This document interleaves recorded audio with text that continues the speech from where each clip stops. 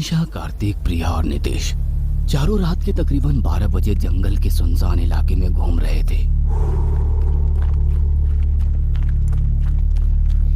नितेश के हाथ में एक कैमरा था जिससे वो कुछ शूट करना चाहता था। आज तो इस अघोरी बाबा का इंटरव्यू लेकर किसी अच्छे से चैनल को भेज ही दूंगा। यार मुझे तो ये अघोरी बहुत ही खतरनाक लगते हैं। तू हमें मरवा कर ही रहेगा।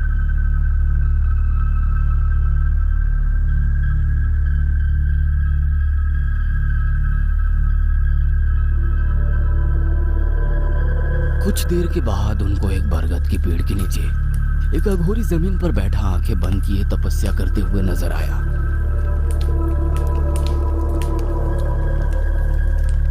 वो लोग उसके करीब जाकर रुक गए और चुपचाप उसको देखने लगे। अरे कौन है ये अंकल? सुनकर बाकी सब डर गए और वो कार्तिक को चुप करते इससे पहले ही अघोरी ने आंखें खोली। वो उन चारों को गुस्से भरी सुर्ख निगाहों से देखने लगा। मूर्खों, तुम लोगों ने बोलकर मेरी तपस्या भंग कर दी। यह सुनकर वो सभी डर गए।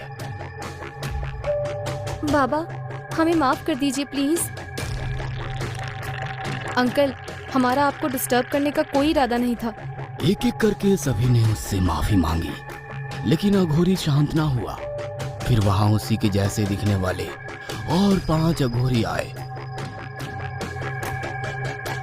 तब उनका भी डर के मारे गला सूखने लगा। पांचों के हाथ में एक खतरनाक तेज धार चाकू था। कौन है ये लोग और आपने अपनी तपस्या क्यों रोक दी? हमारे पास ज्यादा वक्त नहीं है। इन्होंने मेरी तपस्या भंग की है। अब आगे का काम यही लोग करेंगे। सुनते ही उसमें से 4 अघोरियों ने उन चारों की गर्दन पर चाकू रख दिए। बाबा बाबा प्लीज हमें छोड़ दीजिए, हमसे गलती हो गई। गलती की है तो सजा भी जरूर मिलेगी। कहकर अघोरी ने अपने पास रखी एक काली गुड़िया को उठाया और उस पर कुछ मंत्र पढ़कर बोला, जो बात मैं तुमको बता रहा हूँ उसको ध्यान से सुनो। तुम लोगों में से 2 को हमारा ये काम करना है और जब तक दोनों वापस नहीं आएंगे बाकी के 2 यहीं हमारी गिरफ्त में रहेंगे। यहाँ से 200 कदम की दूरी पर एक कब्रिस्तान है। उस कब्रिस्तान के अंदर जाकर जिस कब्र के पास मेरे जैसा अघोरी बैठा नजर आए, ये गुड़िया जाकर उसको दिखानी है और उसके बाद वो जहाँ कहेगा वहाँ उस गुड़िया को लेकर गाड़ देना। उसके तुरंत बाद वापस आना है, फिर तुम चारों यहाँ से जा सकते हो। सुनकर चारों ही डर गए थे, लेकिन फिर उनके पास उनकी बात मानने के अलावा दूसरा कोई ऑप्शन भी नहीं था। इसलिए नितेश और प्रिया ने वो काम करने का फैसला किया और कार्तिक और मनीषा को उन्हीं के पास छोड़ दिया। नितेश ने वो गुड़िया अघोरी से ले ली। उसकी गर्दन पर किसी लड़की के बाल बंधे थे। फिर वो प्रिया के साथ उसके बताए हुए डायरेक्शन में आगे बढ़ गया। अब हवाएं काफी तेज तेज चलने लगी थी और अंधेरे में रास्ता देखना भी मुश्किल हो रहा था। तभी नितेश को एक जोरों की ठोकर लगी जिससे वो गिर गया और गुड़िया उसके हाथ से छूट गई। अरे संभल कर। उसने खड़े होकर वापस गुड़िया उठाई, लेकिन अब गुड़िया की गर्दन पर लिपटे हुए बाल हवा के साथ उड़ चुके थे। यह देखकर उन दोनों के होश उड़ गए। अब हम क्या करेंगे? इस पर जो बाल बंधे थे वो तो हवा में उड़ गए और वो अघोरी देखेगा तो क्या जवाब देंगे? ये तो अब उसके पास पहुंचकर ही पता चलेगा। मुझे तो वैसे भी ये लोग बड़े खतरनाक लग रहे हैं। कहकर दोनों फिर से आगे बढ़ने लगे।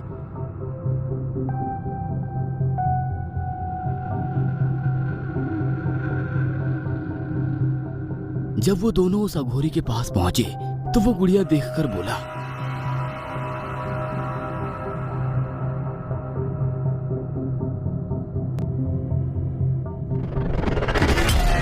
इस गुड़िया की गर्दन पर बाल होने चाहिए। कहाँ गए बाल? बाबा एक्चुअली में हम जब यहाँ आ रहे थे तो रास्ते में मेरा पैर स्लिप हो गया और वो गुड़िया से बाल उतरकर हवा में उड़ गए। मूर्खों, ये तुमने क्या किया? बालों के बगैर ये गुड़िया किसी काम की नहीं, अब विधि नहीं हो सकती। लेकिन बाबा बालों से ऐसा क्या होगा? चुप मूर्ख। और लड़की तू? उसने चाकू उठाकर प्रिया की तरफ बढ़ाते हुए कहा, तू अपने बालों की एक लट काट कर दे। अब ये काम तेरे बालों से होगा। सुनकर प्रिया डर गई लेकिन नितेश को इससे कोई प्रॉब्लम नहीं थी। अरे थोड़े से बाल दे देगी तो क्या हो जाएगा, कहकर नितेश ने अघोरी के हाथ से चाकू लिया और प्रिया की मर्जी के खिलाफ जल्दी से उसके बाल की लट काट कर अघोरी को दे दी। ये तुमने क्या किया?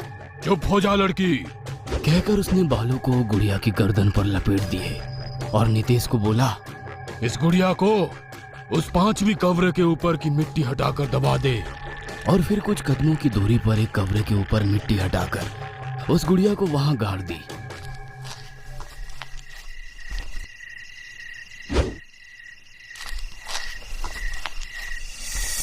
फिर वो अपने साथ प्रिया को लिए वापस उन अघोरियों के पास पहुंचा। उन अघोरियों ने एक साथ मिलकर एक मंत्र पढ़ा और फिर उन चारों को वहां से भेज दिया।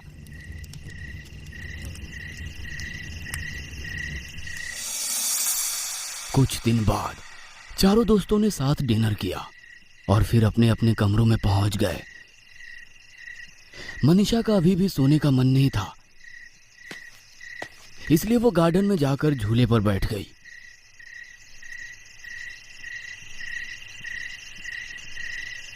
कुछ देर बाद उसके झूले को किसी ने हल्का सा झोंटा दिया। उसने गर्दन घुमाकर देखा तो वो प्रिया थी। अरे प्रिया, तुम आओ, तुम भी बैठो।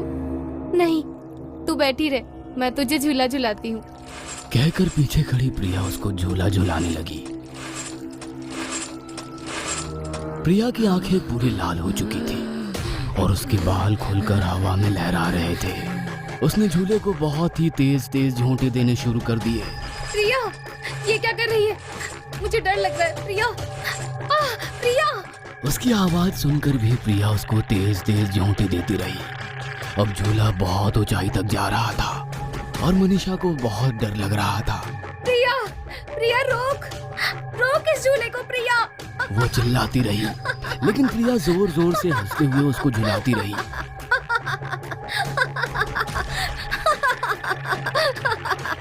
मनीषा ने अब झूले से ऐसे ही छलांग लगा दी। उसके घुटने पर हल्की सी चोट आई। मनीषा बोली, तू पागल हो गई है क्या? सुनकर प्रिया उसको गुस्से से घूरने लगी। प्रिया की लाल चमकती आंखों को देखकर वो बेहद डर गई और उसके मुंह से चीख निकल पड़ी। प्रिया ने एक हाथ से झूले को पकड़ा और फिर जोर से झटका दिया तो उसके एक साइड की जंजीर टूट गई। उसने उस जंजीर को पकड़ा और जोरों से चीखा तो वो झूले से बिल्कुल अलग हो गई। अब वो मनीषा की तरफ बढ़ने लगी। बचाओ, बचाओ। मनीषा जोरों से चिल्लाई, लेकिन घुटने की चोट की वजह से वो खड़ी भी नहीं हो सकती थी। बचाओ। प्रिया ने जंजीर उसके गले में डालकर उसको खींचना शुरू कर दिया।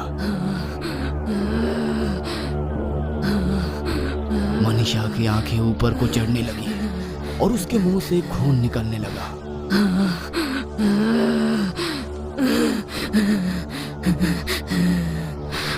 प्रिया भयानक आवाज करते हुए उसका गला घोट रही थी। कुछ ही मिनटों में मनीषा का दम निकल गया और उसकी मौत हो गई। अंदर सो रहे कार्तिक और नितेश को इस बारे में कुछ भी पता नहीं था। मार्कादेव जय हो। नितेश और कार्तिक के कानों में यह आवाज गूंजी तो दोनों अपने कमरे से निकलकर हॉल में पहुंचे।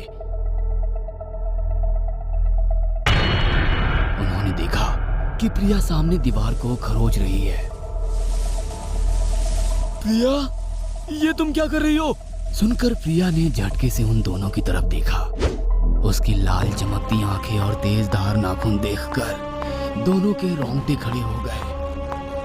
प्रिया ने उठकर सोफे को पकड़ा और एक ही झटके से भयंकर आवाज करते हुए उसको ऊपर उठा लिया।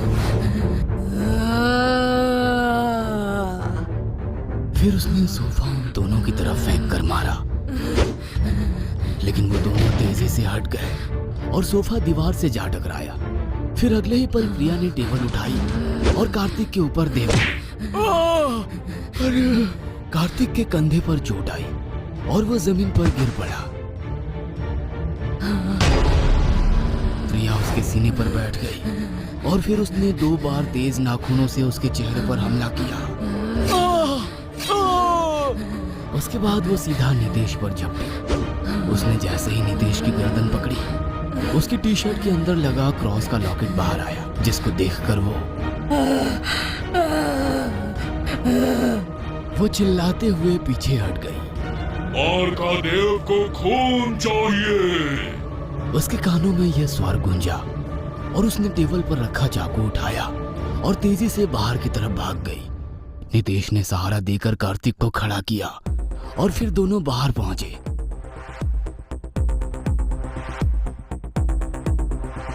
बाहर मनीषा की लाश पड़ी थी और उसके शरीर से सर गायब था, जिसे देखकर दोनों बेहद डर गए। ये सब जरूर उन अघोरियों की वजह से हो रहा है। मुझे लगता है ये प्रिया भी वहीं गई है। हमें उसको बचाना है तो हमें वहीं जाना पड़ेगा। ये फैसला कर दोनों वहां से निकल गए। जब वो कब्रिस्तान पहुंचे तो देखा कि वही अघोरी बाबा जमीन पर कुंड के सामने बैठा है। दूसरी तरफ प्रिया बैठी हुई है। वो अघोरी मंत्र पढ़ रहा था और प्रिया उसके सामने बेसूध बैठी हुई थी। तूने अपने हिस्से की पहली बलि दे दी है, कहकर उसने अपने बराबर में खुदे छोटे से गड्ढे की तरफ इशारा किया। जब मैं कहूं तब इस कटे हुए सर को इस गड्ढे में रखकर मिट्टी डाल देना। जो आज्ञा महाराज, कहकर वो चुप हो गई और अघोरी मंत्र पढ़ने लगा। सब समझ में आ गया। कहकर नितेश ने एक कब्र की तरफ इशारा किया। तू उस कब्र के पास जा, वहां मैंने उस दिन वो गुड़िया दफनाई थी। शायद उस गुड़िया को जलाने से प्रिया ठीक हो जाएगी। जल्दी से गुड़िया निकाल कर ला। इतने में मैं अघोरी पर नजर रखता हूँ।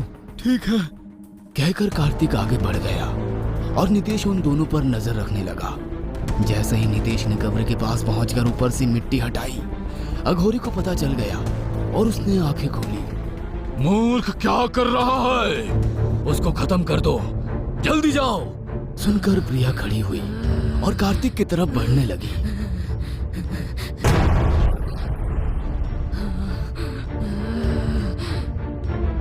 नितेश ने आगे बढ़कर प्रिया को पकड़ लिया और फिर प्रिया ने उसको धक्का दे दिया, लेकिन कार्तिक तब तक वो गुड़िया निकाल चुका था और वो उसके हाथ में थी। प्रिया भयानक आवाज करते हुए उसके पास पहुंची और उस पर झपट पड़ी। अब प्रिया उसके सीने पर बैठी थी और उससे गुड़िया छीनने की कोशिश कर रही थी। कार्तिक, गुड़िया फेंको। सुनते ही कार्तिक ने गुड़िया नितेश की तरफ उछाली और उसने उसको कैच कर लिया। फिर देर ना करते हुए नितेश ने उस गुड़िया को कुंड में फेंक दिया।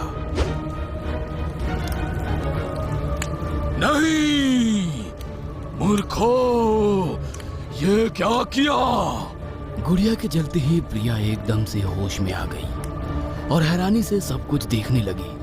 नितेश ने मौका देखकर एक पत्थर उठाया और अघोरी के सर पर मार डाला। अघोरी जमीन पर गिर गया और उसके सर से खून आने लगा। ये सब क्या है? वो सब तुमको बाद में बता देंगे, अभी यहाँ से जल्दी से निकलते हैं। कहकर वो तीनों कार में बैठकर वहां से निकल गए। प्रिया के ऊपर से अब जादू का असर खत्म हो चुका था और उसकी नई जिंदगी बाहें फैलाए उसका इंतजार कर रही थी।